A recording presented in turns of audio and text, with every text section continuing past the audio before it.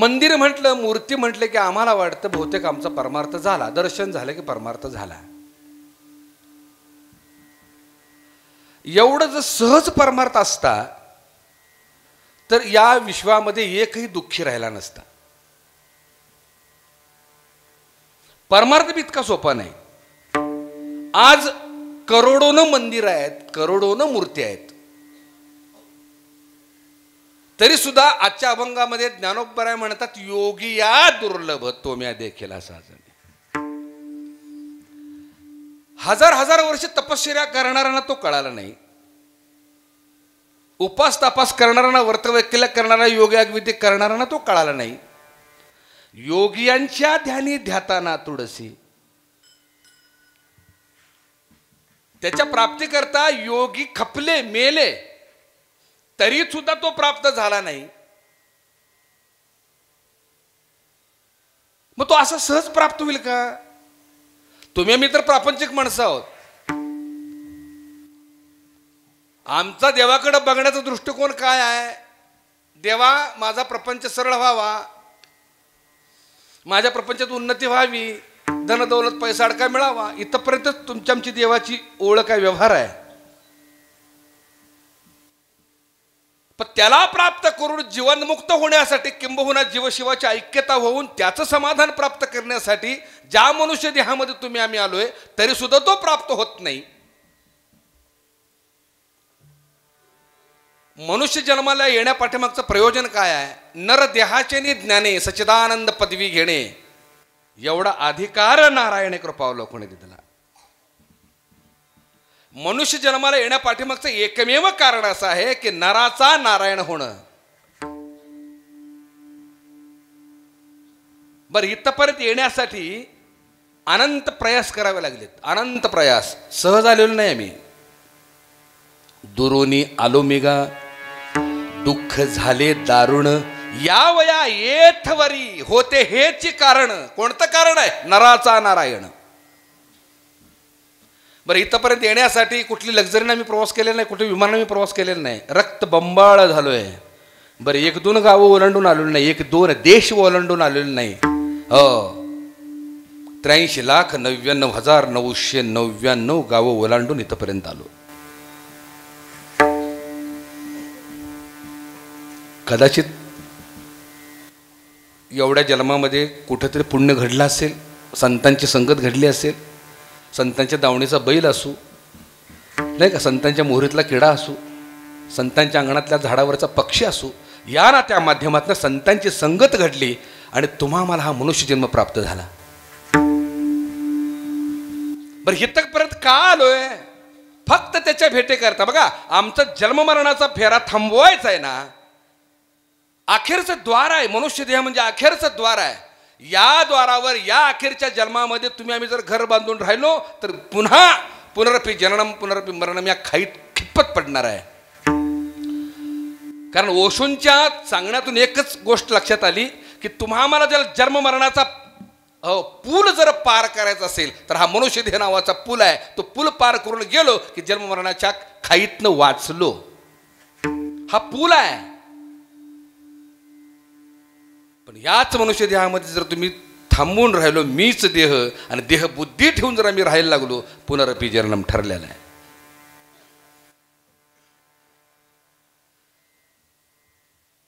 योगी या दुर्लभ. पांडुरंगा, अनेकांनी तपश्चर्या केल्या, एवढंच नाही, असोने संसारी जीवा वेगो करी. कारण वेद शास्त्र उभारी बाया सदा. वेदाने शास्त्राने हात वर करून ग्वाही दिली, बाबा रे तो आम्हाला सापडला नाही, तो सापडेल कुठं? या मनुष्य योनीत. वेद अनंत बोलिला, नाही सापडला. वेद जाणू गेला पुढे मौनावला, ते गुह्य तुझला प्राप्त कैचे. एवढं जर तू बाबा महाग असशील, एवढा जर तू अनाकरणी असशील, तर कसा भेटणार तो आम्हाला? बरोबर आहे ना? ज्ञानेश्वर महाराजांची आणखीन एक विरहिणी आहे. आजचा अभंग देखील विरहिणी प्रकारात मोडणार आहे. कारण जिथं जिथं माऊलींच्या अभंगामध्ये स्त्रियांगांना नटलेले शब्द आले तिथं तिथे समजावी ती विरहिणी आहे. सांगतो पुढं. माऊलींची आणखीन एक विरहिणी आहे. माऊली भगवंताला, पांडुरंगाला, विठ्ठलाला विनवणी करतात, भगवंता तू या जन्मात प्राप्त होतोस म्हणून अनंत गावं ओलांडून ओलांडून पाय रक्तबंबाळ झाले, ठेचा खात इथपर्यंत आलो आणि इथे येऊन सुद्धा तू भेटत नाहीस. पडिले दूरदेशी, पडिले दूरदेशी, पडिले दूरदेशी, पडिले दूरदेशी, पडिले दूरदेशी, पडिले दूरदेशी, पडिले दूरदेशी, पडिले दूरदेशी. मज आठवे मानसी, मज आठवे मानसी, नको नको हा वियोग, नको नको हा वियोग, कष्ट होता जीवाची, पडिले दूरदेशी, पडिले दूरदेशी, पडिले दूरदेशी,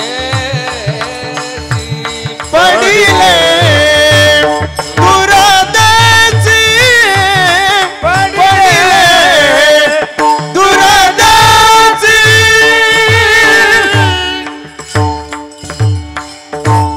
पडिले दूरदेशी मज आठवे मानसी, नको नको हा वियोग, कष्ट होता ती जीवाची. दिनो तैसी रजनी झाली गे माये, अवस्था लावून गेला अजूनही का नये. गरुड वाहना गंभीरा येई गादा तारा, बाप रखुमा देवी बरा, श्री विठ्ठला ये रे बाबा.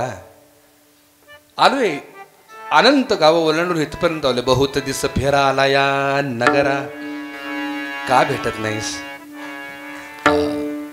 आणि एक गोष्ट सांगू, ज्ञानोबा माऊलींना परमात्मा भेटला, किंबहुना ज्ञानोबा माऊली परमात्मा रूप झाले, त्याच्या पाठीमागचं कारण सांगतो. आम्ही त्याला संपत्तीनं, ऐश्वर्यानं, सत्तेनं, ज्ञानानं प्राप्त करायला निघालोय. आजच्या कीर्तनामध्ये तुम्हाला वायफळ काय ऐकायला मिळणार नाही बरं. कदाचित तुम्ही जर अपेक्षा ठेवून आला असाल सासू सुनेच्या गोष्टी असाव्यात, बेवड्याच्या कथा असाव्यात, भावबंदकी असावी, राजकारणावर टीका असावी, अजिबात नाही. आणि मला माहित आहे तुम्ही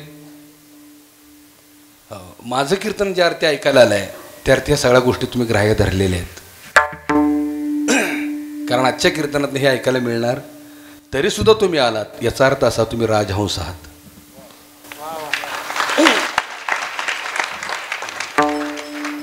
आणि आमच्या श्रीहरी बाबांची निवड चुकतच नाही, अजिबात चुकत नाही. लक्षात मुळात तेच राजहंस आहेत. क्षीर आणि नीर निवडण्याची ताकद बाबांच्याकडे आहे.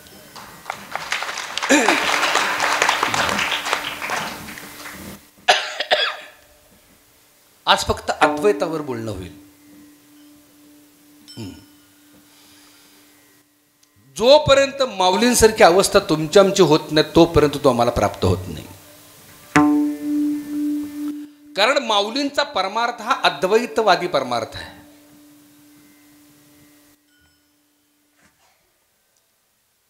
आपल्या वारकरी संप्रदायाचं भाग्य सांगतो की तुकोबा, ज्ञानोबा, नाथरायांसारखे अद्वैतवादी संत तुम्हाला लाभले.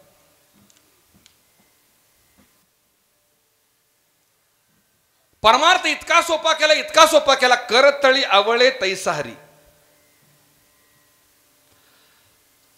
तळ हातावरती आवळा असावा आणि त्याला पाहण्यासाठी आरशाची गरज नाही, तो सरळ दिसतोय. एवढा सोपा भगवंत करून सांगितला, त्याच्या पाठीमागचं कारण सांगतो. व्यासाने जो ग्रंथ लिहिला गीता नावाचा, त्या अव्यक्ताचंच वर्णन केलेलं आहे, त्या परमात्म्याचंच वर्णन केलेलं आहे.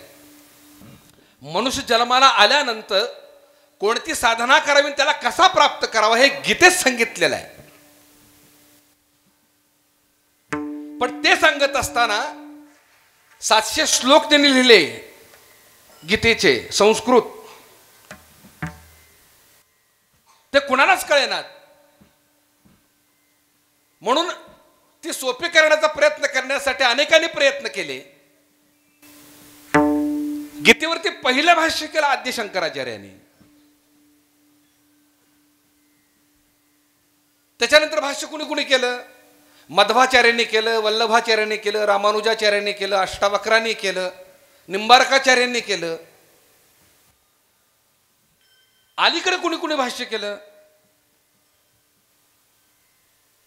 ओशोंनी केलं, श्रीला प्रभुपाद स्वामींनी केलं, गुरुदेव रानडेंनी केलं, विनोबा भावेंनी केलं, लोकमान्य टिळकांनी केलं, अनेकांनी भाष्य केलं. त्या गीतेवरती भाष्य ज्ञानोबांनी देखील केलं. पण या सगळ्यांमध्ये जगमान्य झाली ती ज्ञानेश्वरी. का झाली ज्ञानेश्वरी जगमान्य? त्याच्या पाठीमागचं कारण हे आहे, बाकीच्यांनी ही गीतेवरची जे भाष्य केलं ते ज्ञानाधिष्ठित भाष्य केलं. जे बुद्धिजीवी आहेत त्यांच्यासाठीच ते ज्ञान लागू पडलं. सर्वसामान्य प्रापंचिक आणि संसारिक जीवाला ते कळेना, लक्षात येईना. का? अधिकार नाही. त्या अव्यक्त परमात्म्याचा आनंद, तो समाधान उपभोगण्याचा अधिकार सर्वसामान्यांना नाही का? आहे. ज्या परमात्म्याला, ज्या भगवंताला योग याग विधीमध्ये अडकून ठेवलं, व्रतवैकल्यात अडकून ठेवलं. बघा, गरिबांना हे यज्ञ याग करता येईल का? सर्वसामान्य करता येईल का? अज्ञानी जीवाला करता येईल का? नाही करता येणार. पण तो अधिकार नाही का? लोपले ज्ञान जगी हित नेणती कोणी. हे ज्ञान का लोपलं? एक विशिष्ट वर्णापुरतं, विशिष्ट जीवापुरतं ते ज्ञान अडकून पडलं. म्हणून ज्ञानोबांनी त्या ज्ञानाची कवाड उघडली, दारं उघडली आणि ते ज्ञान सोपं करून सांगितलं. किती सोपं केलं? रेड्यामुखी वेदवदवेला. म्हणजे काय? आता ही रेड्यामुखी वेदवदवेला, चालविली जड भिंती, मुळात तर ज्ञानोबांना चमत्कार मान्य नाहीत. आणि आम्ही जर त्यांच्यावर चमत्कार लादले तर त्यांना किती त्रास होईल. चमत्कार त्यांना मान्य नाही. बघा, सर्वसामान्य जीवाला कळावं म्हणून दृष्टांत दिलेले आहेत. रेड्यामुखी वेदवेदला म्हणजे काय? या विश्वामध्ये सगळ्यात मतिमंद प्राणी कोण आहे? रेडा आहे.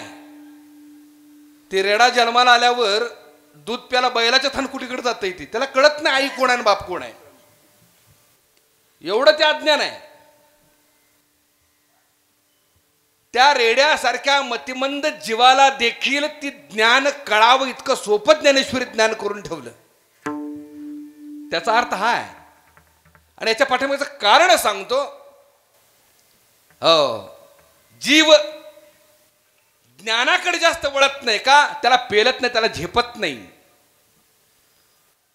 भक्तीच्या बळानं भगवंतापर्यंत पोहोचण्याचा प्रयत्न करत असतो, कारण भक्तीला ज्ञानाची जोड लागत नाही.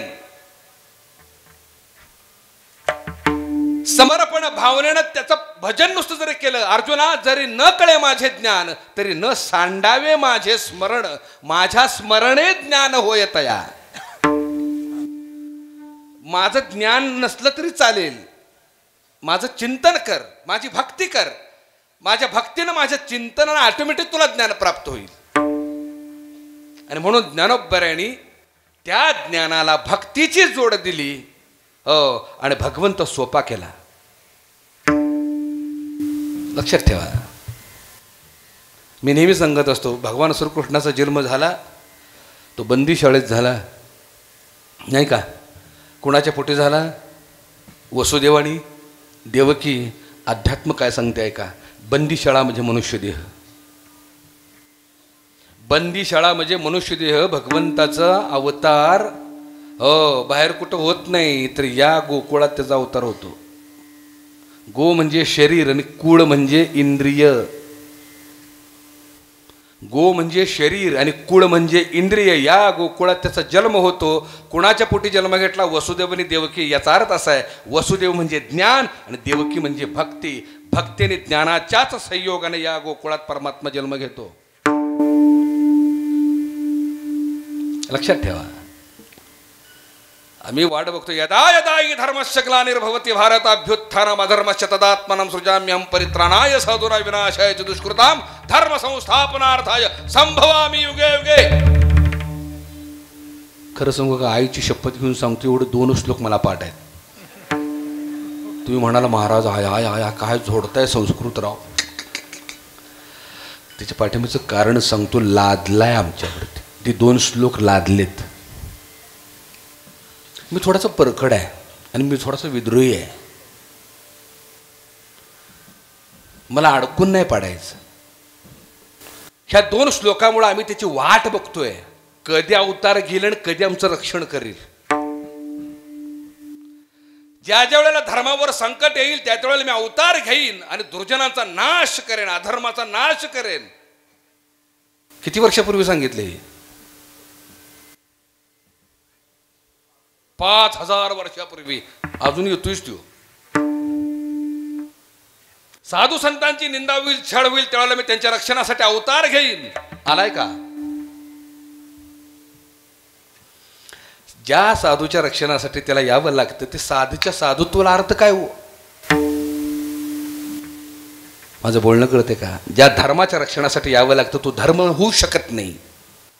धर्म होऊ शकत नाही. भूमिका समजून घ्या. धर्माच्या अनंत व्याख्या केलेल्या आहेत. हिंदू, मुसलमान, शीख, ईसाई यांच्यातली भांडणं म्हणजे धर्म. बर्चे, चाकू, तलवारी, जाळपोळ, लुटालूट, दंगल, मारामारी, बलात्कार म्हणजे धर्म. काय बाबा, ह्याला धर्म म्हणतात? धर्माचं दुसरं नाव आहे प्रेम. मला काय कळत नाही. धर्माची व्याख्या मला मोठ्या मोठ्या पंडितासारखी येत नाही.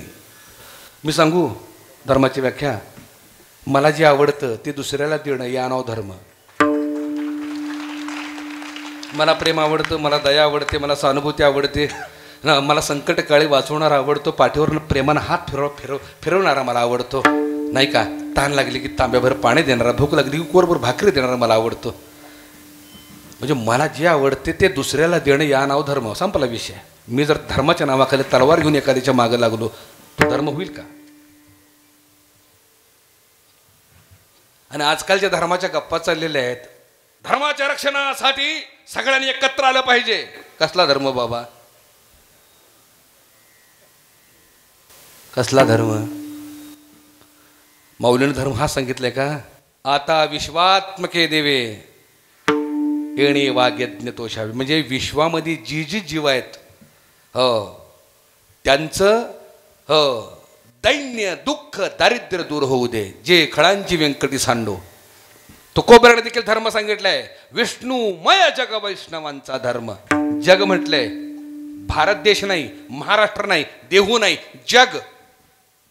जगात जी जे आहेत त्यांच्याकडे पाहण्याचा दृष्टिकोन जो विष्णुमय आहे तो धर्म आहे. अलीकडे आम्हाला धर्म शिकवायला येतात आणि मतापाठी मग 1000, 2000, 3000 देऊन आम्हाला धर्म शिकवतात. हा धर्म आहे का? तुम्ही तरी धर्म पाळला का या निवडणुकीला? पाळला का धर्म? 1000, 2000साठी देशाला घाण ठेवल्या नालायकांच्याकडे तुम्ही. धर्माची व्याख्या सांगता. धर्म काय सांगतो हे सांगतो धर्म. लबाडी करून जरा मनाला विचारा, धर्म म्हणजे काय? वृक्षाचा धर्म बघा, तो झाड लावणारालाही सावली देतो आणि तोडणारालाही सावली देतो, भेद करत नाही. वाहतं पाणी काठ भिजवत जातं. हे मुसलमानाचं शेत आहे का हिंदूंचं शेत आहे ते बघत नाही.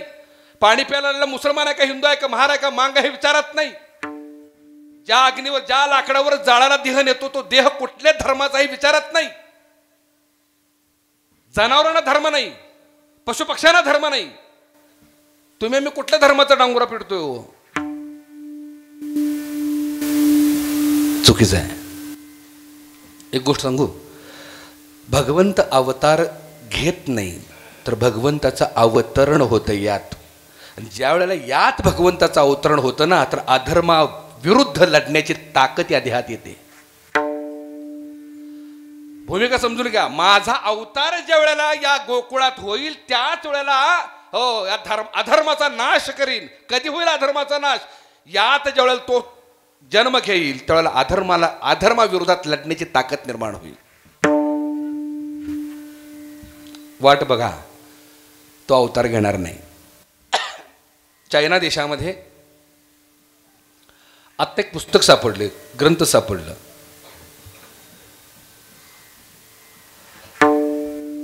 ते ग्रंथ होता 7,000 वर्षापूर्वीचा. ते पुस्तक होते 7,000 वर्षापूर्वीचं पुस्तक. ते आत्ता सापडलं. त्यात काय लिहिलं होतं माहिती आहे का? भ्रष्टाचार करणं पाप आहे, लबाडी करणं पाप आहे, टेबलाखालनं घेणं पाप आहे, स्त्रीकडे वाईट नजरेनं पाहणं पाप आहे, वेश्यागमन करणं पाप आहे, नाही का, खून बलात्कार करणं पाप आहे. हे कधी लिहिलं होतं? 7,000 वर्षापूर्वी. ज्या अर्थी हो लिहिले त्या अर्थी घडले. घडल्याशिवाय लिहिले का ते? म्हणजे 7,000 वर्षापूर्वी ह्या सगळ्या गोष्टी घडत होत्या ना. आत्ता घडतायत का? घडतायत. आणि पुढे घडणार आहेत का? घडणार आहेत. गोष्ट एखादी घडली की मग लिहून येते ना, तसंच त्यावेळेला घडत होतं, आता घडतं पुढे घडणार आहे. माझं बोलणं कळतंय का? अवतार कधी घेणार? पांडवांनी आपली बायको जुगाराला लावली. कुठल्या धर्मात बसते? कृष्ण काळ होता ना, द्वापर युग होतं ना, ते कुठल्या धर्मात बसते हो? आपली बायकोच लावली जुगारात. लावाल का तुम्ही? आम्हाला कळलं नाही धर्म म्हणजे काय, नेमकं कळलंच नाही आम्हाला. हे घडतंय, घडलंय, घडतंय, घडणार आहे.